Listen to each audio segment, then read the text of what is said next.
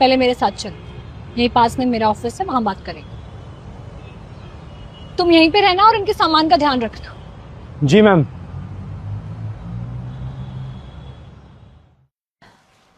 अब मुझे बताओ, ये सब कैसे हुआ? तुम्हारे पास तो खुद का घर था, खेत थे।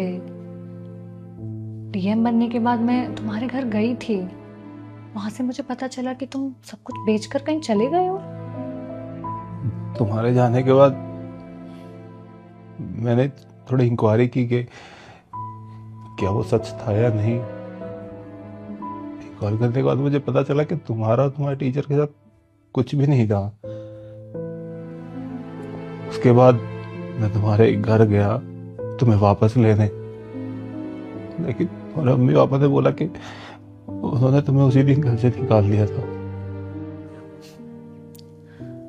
हाँ, ये सब होने के बाद जब मैं अपने घर गई तो मेरे घर वालों ने भी मुझ पर भरोसा नहीं किया, मुझे घर से निकाल दिया। मैं बहुत थक गई थी, मरने का मन कर रहा था और मरने भी वाली थी मैं। पर तभी मुझे मेरे टीचर का कॉल आया, उन्हें मैंने सब कुछ बताया। उन्होंने मुझे बहुत समझाया और मुझसे कहा कि एक बार मुझे उनके हेड से मिलना चाहिए, और अपने हेड से मिलवाया भी उन्होंने मुझे। सर, ये मेरी स्टूडेंट है सर रिया। सर, इसके हस्बैंड ने इसे घर से निकाल दिया और इसके मायके वाले भी इसे घर में रखना नहीं चाहते। सर, ये बेचारी सुसाइड करने जा रही थी। अरे, ऐसा करके क्या हो जाएगा? ऐसा गलत काम कभी नहीं करते। सर, ये बहुत इंटेलिजेंट है और सर मुझे पूरा भरोसा है ये अपने पहले अटेम्प्ट में ना एग्जाम क्लियर कर देगी।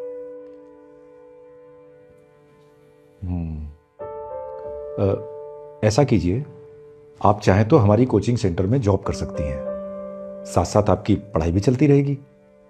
और रही बात रहने की, तो मैं किसी फीमेल टीचर से रूम शेयर करा दूंगा। Thank you sir. और बेटे, ऐसा गलत काम जिंदगी में कभी नहीं करते। जब भी जिंदगी में कभी मुश्किलें आ जाएं, परेशानियां आ जाएं, तो अपनी हिम्मत से उनका मुकाबला करना चाहिए। और जिन्होंने तुम्हें गलत कहा है, अपनी हिम्मत से, अपने जज्बे से उन्हें गलत साबित करो। जी सर।